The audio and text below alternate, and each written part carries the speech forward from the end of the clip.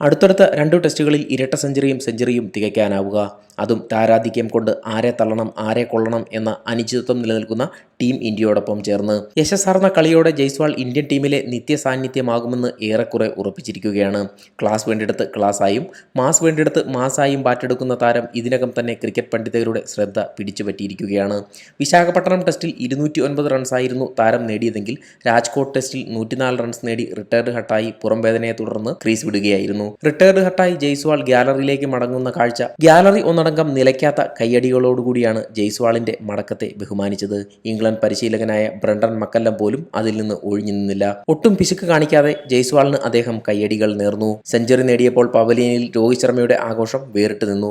രോഹിത്തിലെ നിസ്വാർത്ഥനായ മനുഷ്യനെ ഒരിക്കൽ കൂടി അവിടെ കാണാനായി. ഈ സെഞ്ചുറിയോടുകൂടി മറ്റൊരു നേട്ടത്തിനു കൂടി ജയ്സ്വാൾ അർഹനായി. പരമ്പരയിൽ 435 റൺസോടുകൂടി ഈ പരമ്പരയിൽ ഏറ്റവും കൂടുതൽ റൺസ് നേടുന്ന താരമായി മാറാനും ജയ്സ്വാളിന് കഴിഞ്ഞു. ശുഭ്മൻ ഗില്ലുമായി 158 റൺസിന്റെ കൂട്ടുകെട്ടാണ് താരം പടുത്തുയർത്തിയത്.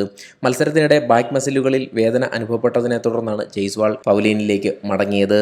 മത്സരത്തിൽ വെറും 133 പന്തുകളിൽ നിന്നും 104 റൺസാണ് താരം നേടിയത്. 9 ഫോറും 5 സിക്സറുകളും ഇതിൽപ്പെടുന്നു. താരത്തിന്റെ കരിയറിലെ 3ാമത്തെ സെഞ്ചുറിയാണ് രാജ്കോട്ടിൽ പിറന്നത്. ക്രിക്കറ്റ് ലോകത്തെ കൂടുതൽ വാർത്തകൾക്കും വിശേഷങ്ങൾക്കുമായി ഈ ചാനൽ സബ്സ്ക്രൈബ് ചെയ്യുക.